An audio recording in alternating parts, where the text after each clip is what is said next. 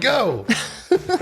Welcome to the Amy Edwards Show. I'm your host, Amy Edwards. I'm always excited about my guests. I always have such amazing people that I get to talk to. But today's is extra special to me. It's an MMA fighter and humanitarian and Viking god, in my opinion. And it's my partner, Justin Wren. So I'm so happy that you wanted to sit down today and talk about this with me. Thank you, honey. Absolutely. Yeah. I love you. I get love to you look into too. your eyes. I get to have a great conversation. Look at that beautiful smile. I know. Do you think our conversations are different when we do this versus like just at home? That's a good question. They're very similar. Yeah. I think they're very similar. I think they're pretty similar. Yeah. I think maybe we give each other more like space to talk when we're sitting in front of microphones or something. Probably. Mm-hmm. And I love your shirt.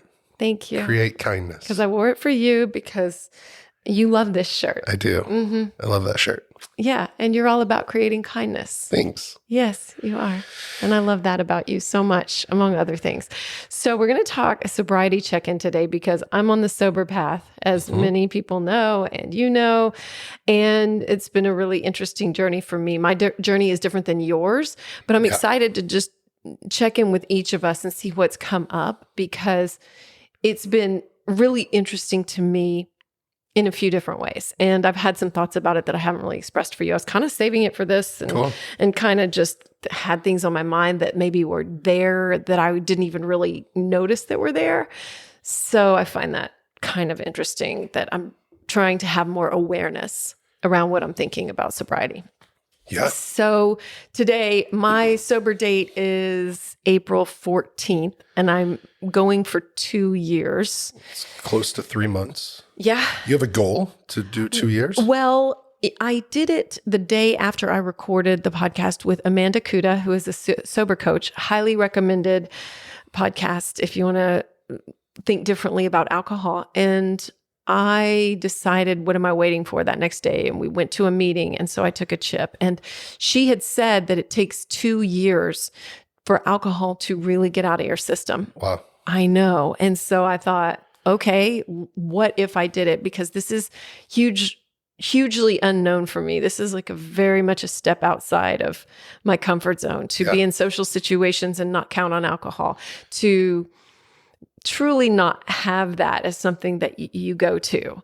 And so I decided to try it because whenever something's really outside my comfort zone, I consider it to be a good space to grow, obviously. Yeah, absolutely.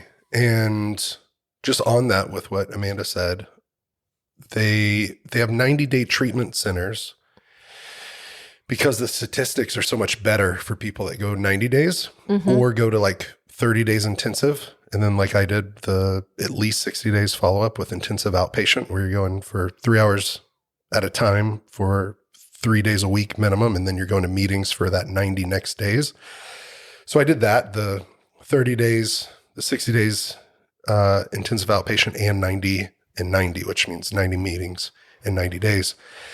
But I've done the 90-day treatment as well. But what's interesting when you're there is you find out about something called PAWS, PAWS, like dog paws, but it's called Post-Acute Withdrawal Symptoms.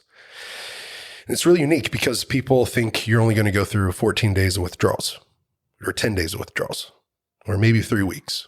But the cravings and those things can keep coming back. And the behaviors, whether it's self-defeating behaviors or just habits, they can keep coming back at 90 days. And so that's why, or throughout that whole 90 days. So someone gets out of treatment at 30 days, they didn't do any continued care. And then all of a sudden a huge craving or withdrawal kind of comes back, or an old habit, an idea, the mental obsession comes back at 60 days or 88 days. But at 90 days, those tend to break. And then for that next 2 years, though, like what you said, first year is the hardest to get. And then after that, though, you hear stories of people in recovery that at 13 months, they threw it all, quote unquote, threw it all away, or they have a relapse. But I think it's healthy to look at that as if they can catch it quick and it's a one-day thing. Well, they still have 365 days or more that they have wins. Every day is a win. So anyways, it's really unique. Amanda said that because they say that's true. True for addiction, for alcoholism, but a lot of others as well, that it really takes 2 years to create that. And after you make that 2 years, it's easier to stay that way your whole life. That's so wild. Yeah. Well, good. At least I'm about to get to a 90-day mark because I've noticed like different patterns that have come up because these are really like 30 years of patterns for me because I probably started drinking and using various substances around age 15. So I guess we're looking at almost 35 years, which is a long time to have those patterns. And the only breaks I really took were in pregnancy and right afterward. And then couldn't wait to, like, you can't wait to have a drink or whatever it is. And you said you were saving some stuff for this podcast. Do you have you identified any of those patterns or like social settings where if you're out with friends, like you sit down for brunch and you get a mimosa or something like that? Yeah. And even we went to a dinner last week and they had a whole bunch of sake that they were trying to get everybody. It was great. It was a fun It was fun so event. fun. But I mean, I had a moment where I thought, do I just drink the sake just to make it would have been to make everyone else comfortable, really? And it was a moment of discomfort for me to say, I'm sober, I'm good, and not have the sake like shot out of a giant dick into my mouth or whatever it was. or a gun. A squirt gun. And a water gun. And then it was just a moment of discomfort and no one even cared. And I would have. But we think they do. We think they do. I know. Well, the one person who actually did care was the hibachi chef. And he when I first walked in, he probably thought, big guy, long hair, he's going to have fun. I'm going to get him to have fun. And what he was cooking with, like almost a ketchup bottle, but it was full of sake. He was trying to put that in my mouth. I go, no, man, I don't drink. He's like, come on, it's just sake. And and I'm like, no, I don't drink. And he literally said, at first he said, open your mouth. So I opened my mouth. I thought it looked like water at first. And then I go, oh, wait, what's this? And then he goes, it's just sake.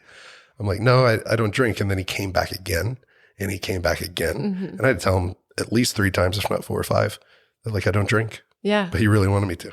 Well, that's funny too, because like we had another event that we went to and the guy was talking to you and he was like, we'll have some tequila. We'll get to know each other. Do you remember that? And you were like, no, I'm sober. And he goes, oh, okay, we'll do mushrooms. Yeah. And you were like, I was like, Yeah. He's like, I got a ton of mushrooms. You're going to love them.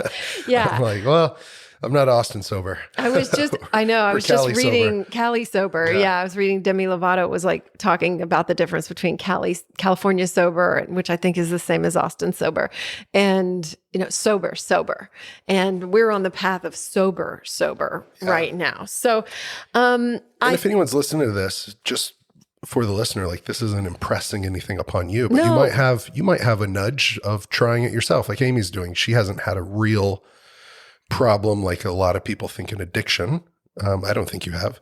You can maintain control and you'd have some nights where you'd have a little too much, but really you could go weeks, months, not have anything like that. Like I haven't actually seen you like totally messed up. Well, I think that around the time before we met was when I really kind of stopped. I think because the kids were taking notice more, and if I would have a drink at home or something, they'd roll their eyes and be like, oh, you have to have a drink, And I didn't want to model that. And so I had cut back anyway, but I was still drinking. And it wasn't until I did a lot of self-work that I realized I didn't feel good days afterward. It wasn't until I cut back that I really noticed how I was feeling. Yeah. Which was interesting. That is interesting. And just to compare it to someone with a quote unquote problem or a real addiction is that they say there's 3 types of drinkers or users. And there's the moderate who can stop or moderate with like a good enough reason. Want to perform better for their job, take notice and see that their kid like sees them that they need to have a drink at dinner. Oh, I don't want to model that. So you can stop or moderate. Then there's the hard user that, or hard drinker that really it's really hard for them to stop. They're a hard user, so it's hard for them to stop. But with a big enough reason, like the threat of a divorce or a child crying with them or the threat of a job loss or just seeing like, I'm not going to get my yearly annual bonus, I got to perform. They can stop or moderate. They can go back to moderation.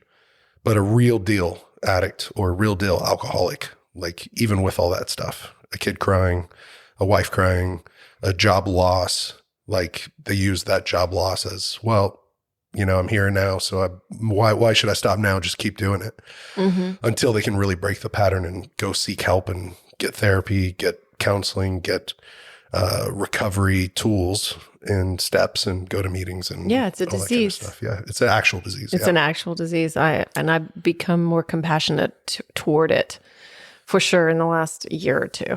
Yeah, as I've learned more about it. Yeah, not just from you, but me. Yeah, and seeing you, for sure. And one of the things that's been interesting to me too. What? Well, I was just going to say, for people that are hearing us talk, especially if they've been affected by alcoholism and addiction, I know that it's really easy and it's understandable. And so I have compassion for people that have like guards go up or see red flags, or the initial emotion of like, it's not a disease, it's a choice. Or, I mean, there's definitely a choice aspect to it, but the disease takes away that choice. Yeah. And I think it took a lot of soul searching for me to even admit that. Me, probably 15 years of battling it and thinking it was just like me being morally corrupt or weak-willed or making bad choices. And until legit doctors like Dr. Amen or people at treatment, opening my mind, showing me the science behind it, all that different stuff. It was like, whoa, okay. This is more than I thought. Yeah. Yeah. And I think maybe we can develop reliances on things more than we're willing to acknowledge sometimes. And I think that me cutting out any psychedelics and any journeys and stuff like that, at least for right now, I'm not saying I never will, but really cutting that out for a while and just focusing on the other practices of true integration have been totally challenging. Well, let me ask you this, because we're having this conversation. Do you think that the 2 years for you is everything or alcohol only? Would you do a journey within that time? Or do you think you're having a total reset? I'd like to have a total reset. Yeah. Yeah. I'd like to just back way off and see, because I just feel like I did enough, and just to see what happens when I really focus on. We work so hard to integrate other things if we're talking about psychedelic journeys. Integration is a huge part of it. So why not give ourselves tons of space to do it and really do those practices and not even get complacent and comfortable and coast, but instead really delve into those practices? Because, I mean, I think that's the work of sobriety, which has been really interesting. Like, I have to do work on it every day. I'm doing the 12 steps too in Al-Anon, but also I'm doing it from any other perspective too, just to do the 12 steps because they're the same.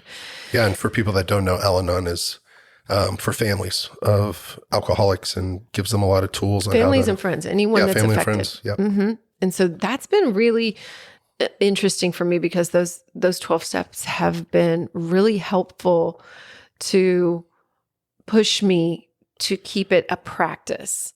And do you see sobriety as a practice? Yeah, absolutely. And when you get out of that practice, if you don't notice, the people around you will notice. Well, you got out of it not too long ago. Yeah, I had a couple of weeks where I didn't go to a meeting. I think it was a little longer. You had a little stretch. I had a little stretch, but I did go to a meeting 2 weeks ago. Okay. And then I went back yesterday.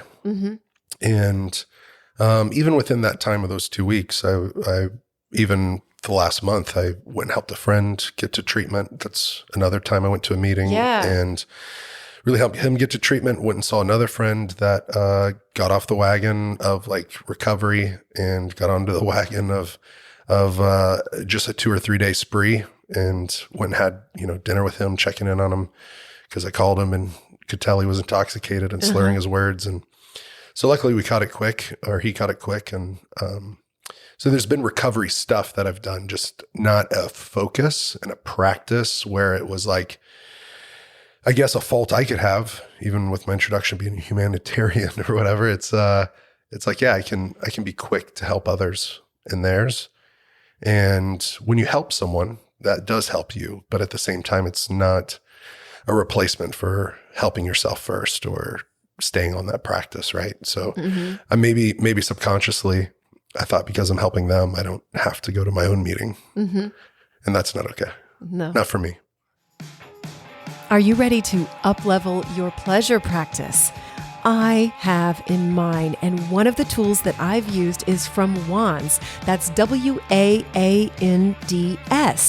One of my favorite items that they have is the Cervix Wand.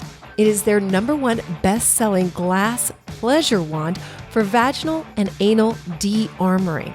That means more sensation. That means more getting in touch with your body.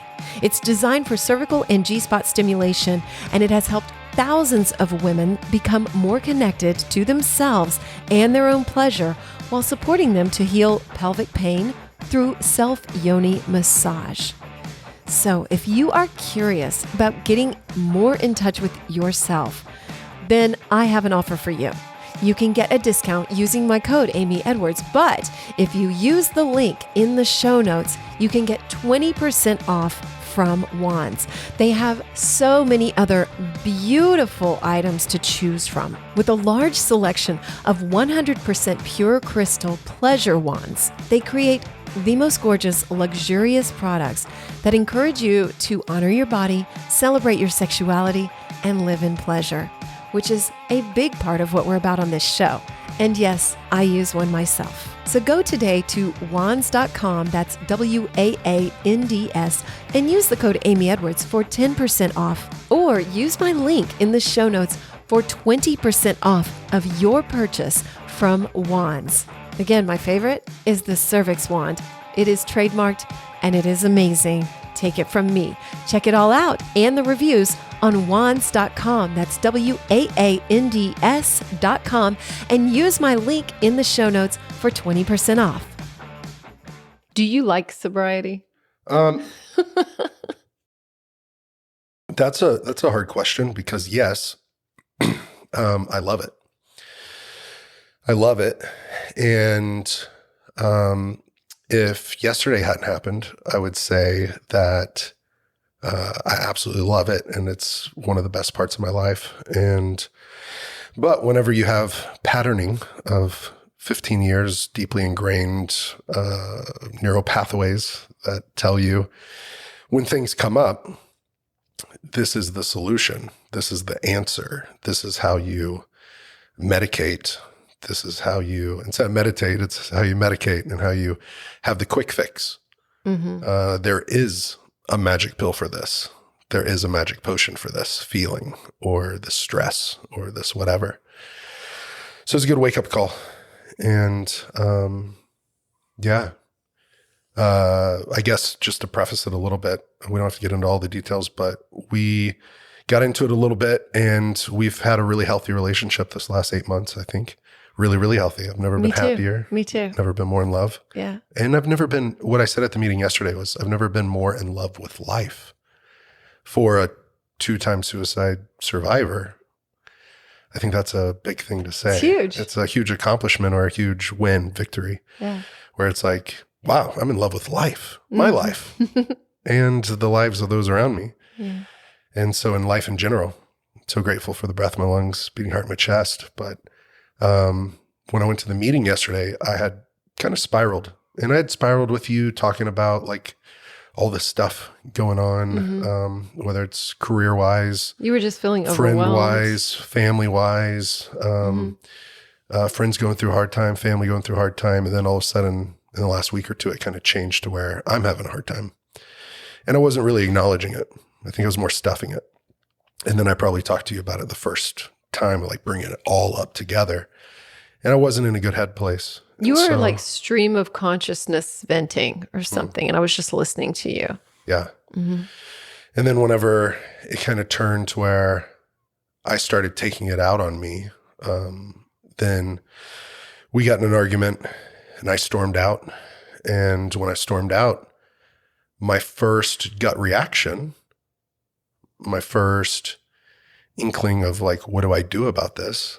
And actually, I haven't even shared this with you. I stopped by the normal store that we do, and I get in there and I'm going for a coconut water, and there's some alcohol and liquor, and I see it. I don't open the door, but I kind of stood outside of it. Did you really? Yeah. Wow. Yeah. And it crossed my mind. Mm-hmm. I'm like, no, it's not the answer. walk up to the counter, pay for the coconut water. And while I'm scanning right beside it, they're reloading. They're like replenishing the stock, right? Mm-hmm. And it's the Delta 8 and the Delta 10. I totally forgot that they sell that there. Yeah, I kind of did too. And what it's been really cool is every time I've gone up to that counter before yesterday, I was like, no way. Like, I'm so glad I'm free from that stuff. But yesterday I was like, this would fix this. This would solve the right now. But I didn't. And I left and I started driving out towards a friend's place. And I thought I'd go to the park. Let me just interject too. I was wondering if you were going to do that. And I went and looked at the bank, the debit card to see where you'd been. And I saw you were just at that store. Yeah. Or had a charge there. Yeah. And I was like, oh, he's just getting water. It didn't even occur to me. Wow. Yeah. I wonder how I would have felt if it had. It didn't. But yeah, I forgot that they sold that there. Yeah. Yeah. But it's always right there. I guess, it's always accessible. Right there. And what's crazy is it used to not be at gas stations. I know. In Texas, at I least. was thinking I was looking for a vape store. Yeah. Wow. So yeah, I could do it there and hide it if I wanted to. And anyways, I started headed out to that park where before I went to treatment, I'd gone out there and used. And so I was like, I'm not going to use this time. I'm just going to go out there and swim. I'm going to jump in the lake or the river. And I get halfway there and I look down at my phone and I'm like, man, it's 5-10 minutes before a meeting. And I'm like, I could have just gone the other way and gone to this meeting, but now I have to backtrack. And I'm like, is it even worth it? And I pull over and I'm like thinking about it. And then I'm like, what's the best move right now? What's the smartest thing to do? Like, is it to be in self-pity? Is it to wallow away in depression? Or is it like to take action? And I'm like, I have an action plan. I have steps. I have people I can reach out to. So I called a friend who helps me in recovery. He didn't answer. I call an old friend from Oklahoma that helps me in recovery. He didn't answer. And so I'm like, man, but just because I'm reaching out to those guys, I thought about, and I didn't tell you this, our friend Jason Cabello, who's helped with the docuseries a little bit and helped with Chris's story. He texted me right at that time. And he said, hey man, I'm actually neighbors with you now. Or like I moved a street or two over, I'm around the corner. And that was my sign, get my ass to a meeting. And so I actually haven't responded to him. I meant to. But I just decided, all right, there's my sign. Turn around, go. So I did. I went to the meeting and I waited and I didn't want to share.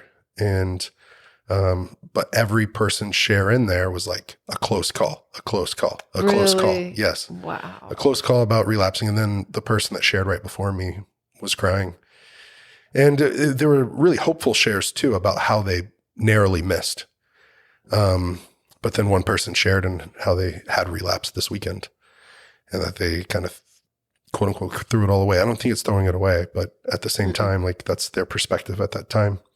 It's probably why I said that even earlier. And I was like, I better share. So I did, told them how I started with, I have 8 months tomorrow. And there was like cheers. Normally there's no cheers in a meeting. And so there was, and I'm like, wow, y'all are cheering, but I almost threw it all away like 30 minutes ago. And I was like, whoa. And so I was like shaking, shared, and it was good. It was a safe place to share with people who understand exactly my disease because they have it too. Yeah. So I got a lot of encouragement afterwards. Went out and got you flowers and groceries. And I didn't tell you, but that was an idea from a woman that was there. She came up to me and she said, you don't do that again. You don't talk that way. You don't act that way. And best thing you could do is go face it. Best thing you could do is go apologize. Best thing you could do is go to the grocery store and get a flower. I was like, okay. Well, I'm it wasn't right all now. on you. I mean, I was behaving from old patterns too, old patterns from when you were in addiction and I was more into codependency and functioning from a place of trying to control the situation. So, I mean, I was here basically understanding my role in the whole thing too. Yeah, and you'd reached out and sent me a really nice text. And It's hard to take the first step sometimes, Yeah. but I was like, look, this is who I love. I'm going to meet him at least in the middle. We'll see what he does. He may not even reply. I didn't know. And I just had to release that and say, I'm going to do my best. And I composed a couple different texts. And then finally I wrote one that said, if we could go to therapy, we could, go to counseling together and work through these types of things when they come up, because like maybe there's no shame in needing help if we have old patterns and we just need to be able to really have someone help us facilitate communication. Yeah. Nothing wrong with that, Yeah. And I was like, that seems like a good solution. And so it's like, maybe he's open to that, and just told you that I love you. And Yeah. And I replied that I'd absolutely do that. Anything, always. yeah, he did. And shot a picture from the meeting that I was at. And then, I was relieved. I was glad. I was Yeah. like, wow, he did it. yeah, well, thank you for acknowledging that. But also I think that it was the right thing to do for us, but for you personally. Yeah. I had to. Yeah. If I didn't, I could lose you, the foundation, the opportunities I have coming my way, but also I could lose me. And, Yeah. and so, yeah, anyways, this isn't to prop me up, but it is to say that I am grateful that I did something opposit of what my, Prop yourself up. okay. Well, Do it. well, no, I'm grateful that I had a toolkit or tool belt I could reach into and take action immediately instead of waiting, instead of going off the deep end. Yeah. It's like walked to the ledge, looked over, said, this isn't the best, and decided to try to repattern. And it's funny because I was going to record this. We've been talking about recording this for over a week.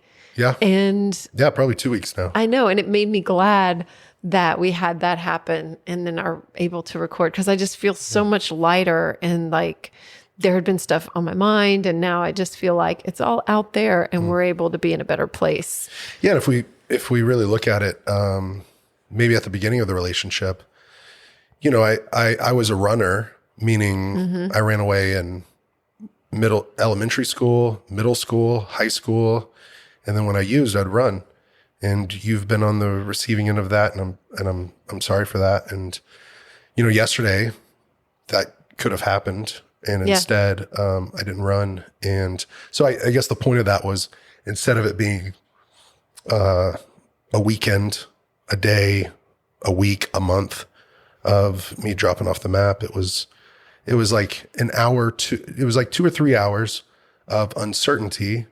Like, what is he doing? And luckily, I was at a meeting and then going to get groceries and stuff like that. So anyways, it's just polar opposites of who I am in addiction, in active addiction compared to. And I tried to break my patterns here too. I tried to lean on some of my own tools. I went ahead and meditated. I wasn't feeling well, but I went ahead and organized some stuff I was working on. Yep.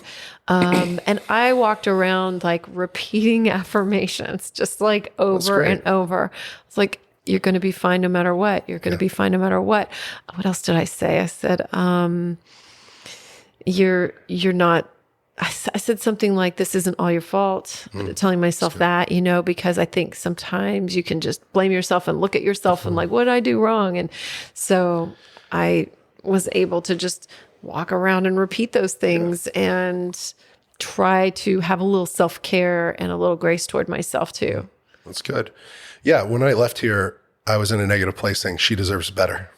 And at least whenever I went to the meeting, not only did I feel better, but I thought, well, at least I'm doing better. I'm actually doing better. Yeah. And because we're all going to make mistakes. Yeah. Because even the things that led up to our fight yesterday, I didn't really handle it right, but we make mistakes. Yeah. And I am really grateful for this guy named Ryan, who runs a treatment center here in Austin, because the first 2 guys that really helped me in my treatment, that have a position to help me in my treatment, didn't answer.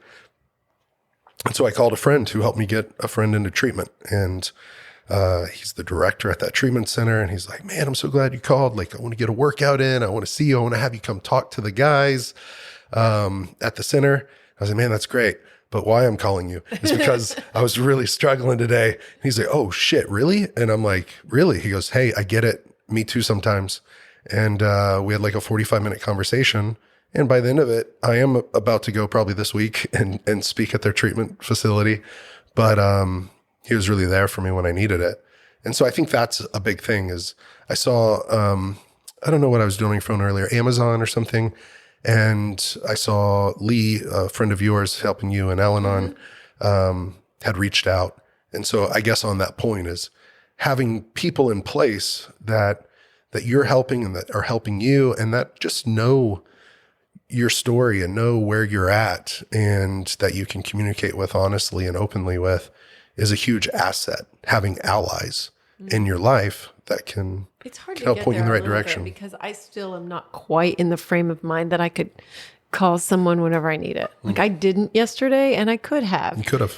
And sometimes you don't want to called Whitney, burden. you could have called Lee. Sometimes you don't want to burden a friend, and like this is a different relationship that's supposed to be there for you when you need it because these moments crop up. Yeah. And I think the struggle there, hopefully will encourage someone listening is like, you don't want to be a burden to people. And so that keeps us from allowing people to help us. I know. And so that's literally denying them an opportunity to be a blessing.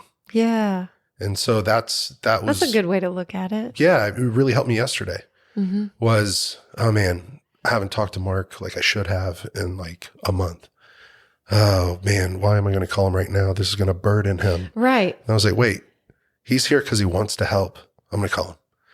Same thing with Chris in Oklahoma City. Same thing with Ryan. I'm like, you know what? He's in this business. Because you can always fast forward in your mind too. Like, if you go forward a month and you say, "Oh well, I didn't call you because I didn't want to burden you," you know that person's going to say, "What? Yeah. No." Yeah, it and would have been a you burden. would say that to somebody. Yeah, exactly. Right? Yeah. Yeah. Okay. Well, this started from the question, do you like sobriety? So let's talk about some of the things. Well, actually, let me talk for a minute. Sure. I'd So love that. do I like sobriety? Yes, I do. I like how I feel and I like how I look. And so there are things that I really like about it. One of the things that has been challenging is I've really embraced the one day at a time thing because sometimes the bigger picture, if I'm like, for the rest of my life, it just sounds too big. But 2 years. 2 years. But then I'm like, do I want it right now, right this minute? And I'm like, no. so I'm like, oh, okay, well, right this minute, I'm fine. So I do pull way back out of the bigger picture because a lot of times it's good to have a big picture, but it's really nice to just tune into this moment. The challenges for me though there have been little things that I notice that I do and that I have done consistently for years. And now I don't have those. Like, for instance, cleaning out the closet. So I've been on a little closet clean out binge, and I used to smoke some weed or use my ketamine nose spray. And so I would get a little high and clean stuff out and listen to podcasts. And so I would be entertained, I would feel good, and I would just be cleaning and whatever. And now I can listen to podcasts and I can clean, but I don't have that. And I'm not as inclined to organize and clean things out. And I was like, oh my gosh, I realized I was reliant on those substances in that space. And I've had to break that pattern and notice like, why did I want that? And getting over using the ketamine nose spray, which we will just go ahead and say too, a lot of ketamine clinics are not offering that anymore because of the propensity toward addiction to it. And so if you are using a ketamine nose spray, stay very aware because I'm pretty sure I became addicted because I still really miss it and crave it. And I'm glad it's not around because when I couldn't get it anymore, I took my ketamine lozenges that they would give me and I melted them down with saline solution and I put them and made my own nose spray. So, which I don't need, you knew I did that, right? Yeah. Did you? Yeah. And so I snuck it once or twice. I'm sure you did, right? And or sometimes if I had a powdered ketamine, I would use that too and melt that down with the saline. And anyway, so I knew that I really liked it and I had to just get an awareness around that, but I still am noticing that I struggle a little bit with that. And And then, and marijuana I don't really like very much, but I would use that instead, just a tiny bit sometimes, just to kind of, I felt like it was like a take the edge off thing. You know, I would go on a walk. I was like cooped up during the pandemic with the kids or something, and I would just want to like get a little more floaty headspace. And now I'm like, how can I create my own good feelings without relying on those other things, which is interesting. And I'm surprised. That's what I was saving kind of for the podcast. I'm surprised how much I like will miss those things. And I've really had to force myself to embrace life just as it is and me just as it is, which I feel good. So what am I trying to do? What am I trying to escape? You know? And I've done some journaling about that and writing about that. So that's been interesting too. But overall, I do like it. And I do like the growth aspect of it, especially even around those practices and just saying, you're fine as you are. Yeah. And those have actually been a little harder for me than the alcohol even, because I wasn't even drinking very much, but I was doing those other things. And You now know, I've never seen you take a drink in this house. I don't think you have. Yeah. It's been a year. I got rid of the whole bar because like I was 8 like, months? what is the point? Well, I actually kind of liked that we had the bar here because I never, I don't even think I ever picked up a bottle. Pretty. It looks pretty. Yeah, the bottles are pretty. And for me, I was like, I'm living in this house and I've never had a drink, you know? And so it's kind of like cool. But then I guess I hadn't either. Yeah, you hadn't either. But I want to go back to something you said because I did once when Deb and Elizabeth came over and we watched Sex and the City. Yeah. But I think y'all like bought stuff and brought it. Yeah, that's true. But something you said about one day at a time. Yeah. That's so important. But I also think there is something cool, and maybe not zooming out to think about, oh man, 2 years, my whole life, can I do that? But what would it feel like having 2 years completely sober? What would it feel like? What would it feel like? That interests me. So there was, I've heard it said two different ways. One was like a pastor talking about like stories and Jesus and like the life he lived and trying to read it from three different perspectives. He was saying the 30,000 foot view, like from a plane looking down on it. You can do that while you read it, or you can kind of helicopter. You can get kind of closer and land and see it, but then you can actually get out and like walk with the story and put yourself in the story. Hopefully I can relate this, but there was another one talking about, it was like some movie writer and talking about the story. And while they're writing it, sometimes they're too close and they need to come back out and helicopter over to come back out and even the 30,000 foot view where they can look at it from the beginning and the end. And so I kind of try to think about my sobriety journey a little bit like that, where if I'm too close to it, like meaning it's just right in front of me in the one day at a time and everything else, sometimes I need to zoom out so I can see, like yesterday, I need to zoom out and what did I do the last month? Oh, I only went to like 2 meetings. What have I done, you know, zooming out enough to where I can helicopter over it, look, and then zoom all the way out and say, okay, so helicoptering the last month I only went twice, you know? But if I 30,000 foot view it, I can say, oh, but for 15 years, I never went to a meeting. I was invited to a bunch. and at least now and where I'm headed is I'll get back on it and I'll zoom in a lot and say, okay, this next week, I'm going to go to several meetings. Yeah. I'm going to reach out to people. I'm going to talk to someone daily. And then also zoom it back out. How will it look for the rest of my life? Like, thank goodness I didn't screw it all up yesterday and talking about it today. That. You know? Yeah. Yeah. Thanks. Do you think Jesus was sober? I don't. I don't either. I don't. I think he turned water into wine. Yeah, I think he was having some wine. The best wine. But I don't think he had the problem that I had. I don't think that the cleanest water either. So, I mean, like, you know, a lot of people drank a lot of other things. Yeah. Yeah. So fermented foods are really good. Or fermented drinks. I don't know. A mead, something like that. Okay. So what are the other practices that you and I are using and reliant on. We did it before these we days. did this podcast and the meditation. That even changed things today because some reason I brought up politics from Reddit, and that threw me off, threw you off, and you're like, I don't like this, and I'm like, me either. Why don't we just sit down and meditate? Yeah. We're already sitting down to meditate. Yeah, and then we get on like some political Yeah, and I'm not rant. even really in politics at all. I don't really care, but some reason I cared today. And yeah, but then we meditated, and that changed the trajectory of today, I think. So I think so too. Yeah. And it's those practices. I mean, I'm doing step work almost every single day because I'm on step 4. So it's really long. yeah, it's long. That is taking a fearless moral inventory. And it's been interesting too, because it's pushing me to reflect on a lot of different things from like my childhood that I don't tend to think about. Yeah, and there's those hidden, in step 4, you're really breaking down like resentments you might have at other people from events in your life, also resentments you might have at yourself, even spirituality or God. And then also you look at your fears, like what do I fear? And really being able to have an understanding of fear, because that will create a lot of different like reactions that you have in your life or things that hold you back or patterns and behaviors. And then even the sex inventory of like, how do I look at this objectively and be like, okay, this is how I've behaved in my intimate relationships with people. The sex inventory? Yeah, there's a sex inventory. Yeah. I don't think you've gotten to that. Maybe. No, I haven't. It's toward the end. But literally, you can group them together. That's what a lot of people do, into like different types. But a lot of people say, no, do it name by name and of anyone you've had sex relationships with, because you can have resentments toward these people, but then you look at how you've behaved in a intimate relationship, even if it was just a time or two. And it's like, whoa, was I using that person? Like, how did I show up?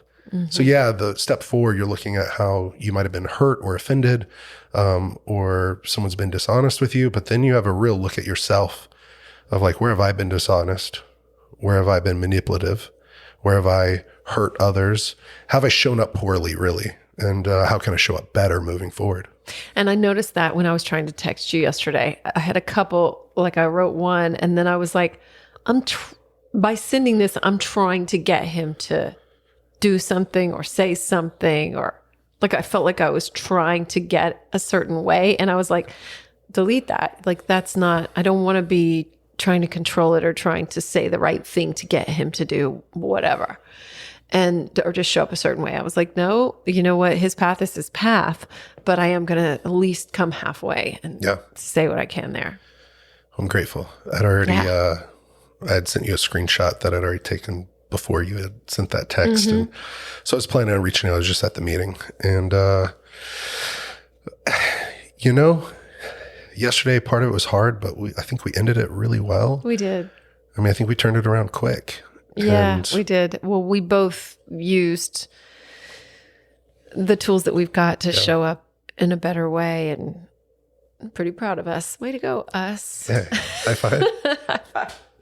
I love you. I love you too. I love you too. And so let's see. I wanted to say too, like, we're not using any substances, any journeys, anything like that. Caffeine we use. You use some nicotine. I use some tobacco and hape practice with meditation, but I don't think there's anything else. Screens. There's nothing really mind altering. No, I mean screens and that you're food intoxicating. No, yeah. So but even screens. I mean, part of my moving forward into sobriety even more is knowing that. So there's relapse prevention plans. And having things in place that like you're doing, like making sure you're doing daily practices or habits or reaching out or going to meetings, those things, yes. But they say just as much as like recovery is a process, relapse is a process too. And I'm really grateful for yesterday because one, I didn't know how close I was to relapse until that happened.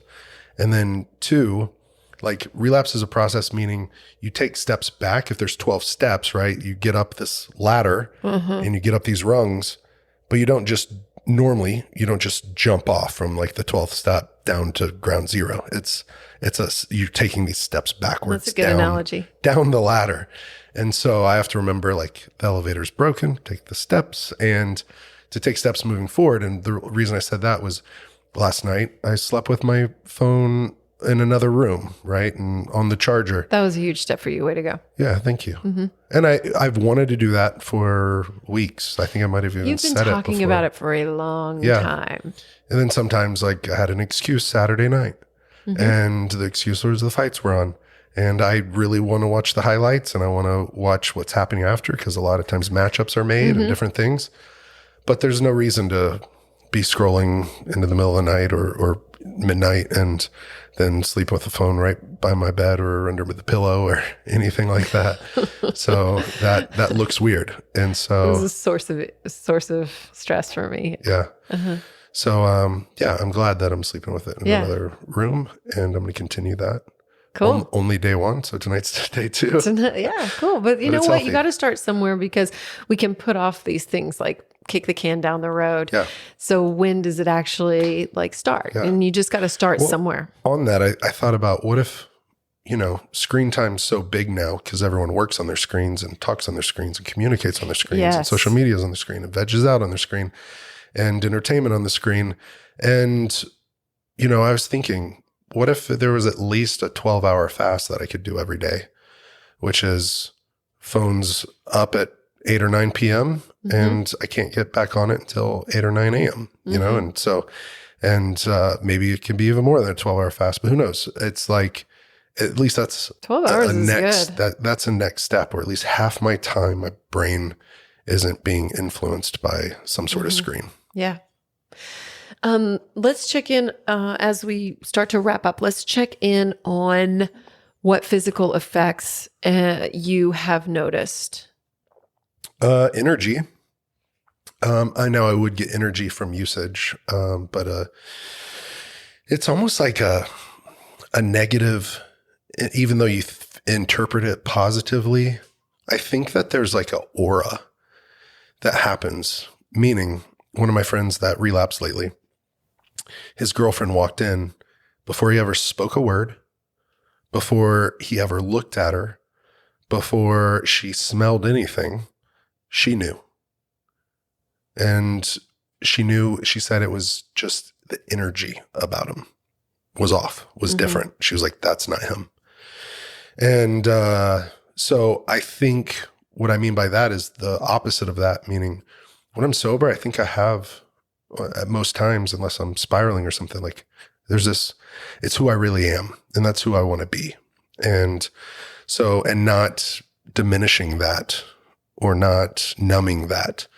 So anyways, I feel like I'm in a much, much more positive, optimistic headspace, even with some of the challenges that came up from family to work to all sorts of things that happened in the last couple of weeks. I think I fielded those in a much healthier headspace, and even physically, like making sure I'm not missing the workouts or showing up at the workouts even when I'm banged up a little bit, being there to be an encourager. So I think I can, physically, I feel better. Like I'm more in, you're not meaning I need to be in control, but I am more in control. I'm in a lot more control. Not as reactive. And, yeah. I agree. I think that I'm the same way. I notice too, I've always been a good sleeper, but I'm sleeping really well. And I think my skin looks better. My eyes look better. And I think for me too, I noticed that I don't have dips in like serotonin or something like that. Like I can tell that days afterward, I don't feel bad. Even from one or two drinks, I think that I can pay a price days down the road, which I've talked about on this show, but I can pay a price like a few days later or something. And as you back off, you start to notice those things. But then now that I've cut it out, I don't feel that. Yeah. Yeah. And that's really great. Been nice. For me, I think that because once you start using again, and as an addict uses like full blown, like all in, for you, definitely. Yeah. Yeah. Just for reference, like, when like a vape pen of THC can last someone like a month or 2 months sometimes. Oh my God, mine would like last so long. Yeah, I would use 4 or 5 in a day, at least 2. Wow. And so I was running through them.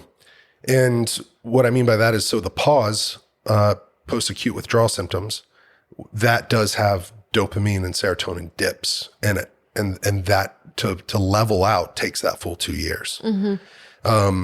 So in the last 8 months, I have noticed times where there's a 2-day period or a 5-day period where I just feel mentally a little lower than normal.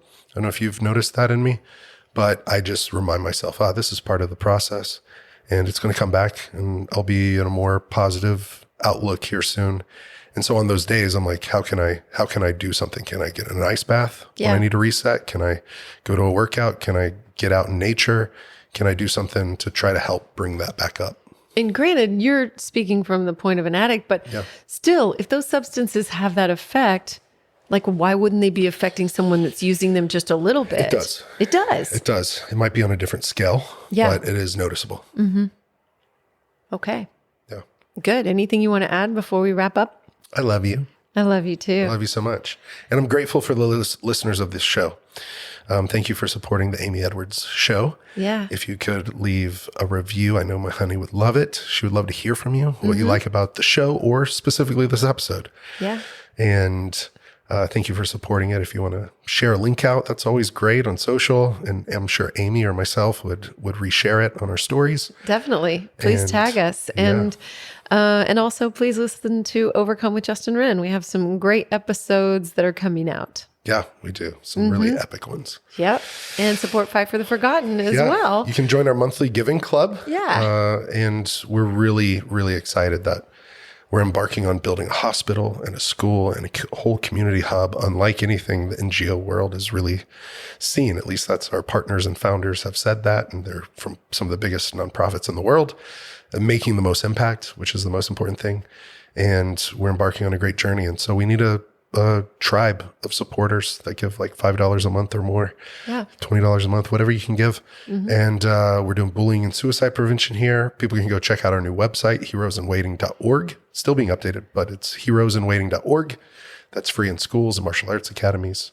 And Yeah. And look up Overcome with Justin Wren too. Yeah, please go check out an episode. Let us know what you think. Absolutely. So, and tag the big pygmy. I love you so much. Hey, yo. Hey, yo. This has been the Amy Edwards Show from Overcome Studios. Remember to rate, review, and subscribe.